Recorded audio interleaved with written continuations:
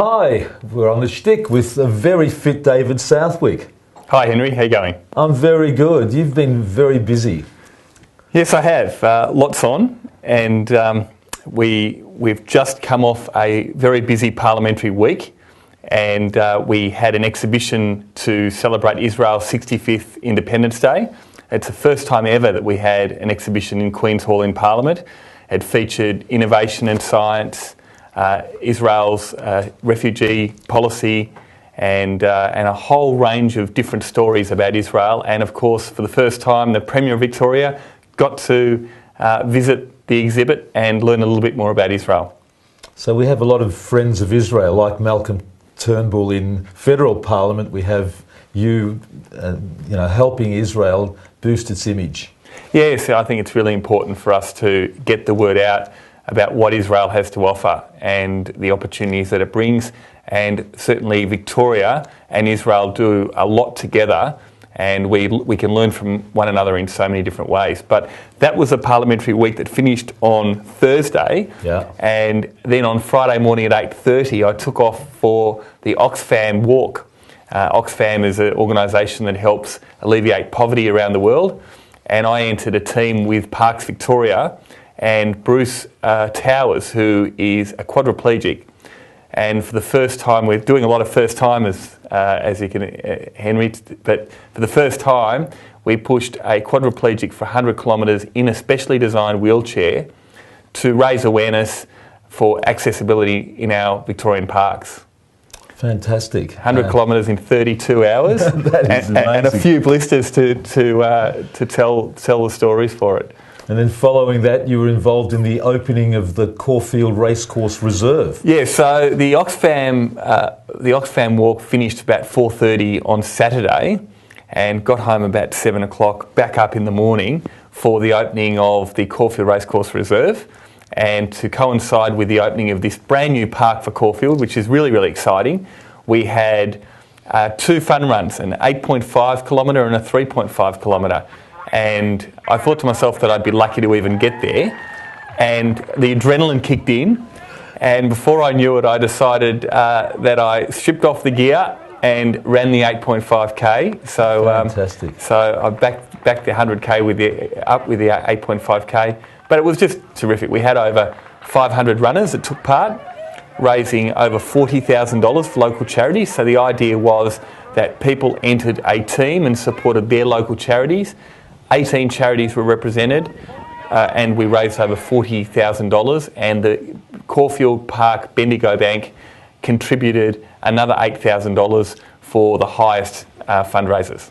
I was there to film the presentation, and I thought that was really lovely, the way everyone was participating. So grateful to the Bendigo Bank, Caulfield Park branch, to give them an extra added bonus for what they'd done. Sure, and Rotary of Glen Ira were instrumental in actually helping to organise the event. But the great thing about this, Henry, is it brought together all of these different charities, all of these community organisations to fundraise and to also raise their profile. And they didn't have to worry about the overheads for an event. We had that all sponsored, and all they had to do was get people there to take part and obviously reap the rewards of that afterwards. So that part of it was, I think, really, really successful and a really good model for us to use for future years. I think this will be the first of many. But then we had the opening of the park, which is also very, very exciting. Well, I am so impressed with the fact that there's such a fabulous space now, a reserve for sporting facilities, and there's the lake and all the other things, and it's in a beautiful spot. It's in a great spot, and when I first came to office, I worked on negotiating the contribution of $1.8 million from the Melbourne Racing Club, along with the City of Glen Ira and of course the MRC. So we worked on that, and it's really, really exciting to see it come to fruition in Sunday's event. And as you say, there is so many opportunities for local residents and people outside of Caulfield to share it. It is a very well recognised, internationally recognised racecourse. Black Caviar was trained there right up until it retired. And he had his last hurrah there just a few days ago. Yeah. She had her last hurrah. And right. And also just the centre of it is amazing. We've got a small-sided soccer pitch. We've got a barbecue area. We've got a off-leash dog park. You can go fishing. There is trout in that lake. You can actually take your rod and have a fish. So lots of opportunities, but I want to point out that I think it's just the beginning. There are so many now opportunities to further develop and work with the Melbourne Racing Club. It's good for them because it brings people to the course, and then obviously the opportunity for them to experience racing as well. It's good for the community because we've got this huge asset. It's public Crown land. It needs to be used more. We need to get more people out into the park, and I can't think of a better way than events like we had on Sunday. And the access there in the tunnel on the corner of Glen Ira and Canberra, just in case anybody doesn't know how to get there, it's just so easy. And there's lots of parking. Yeah, well, see, the idea is, and that's why we need to have lots of events, it's a destination park.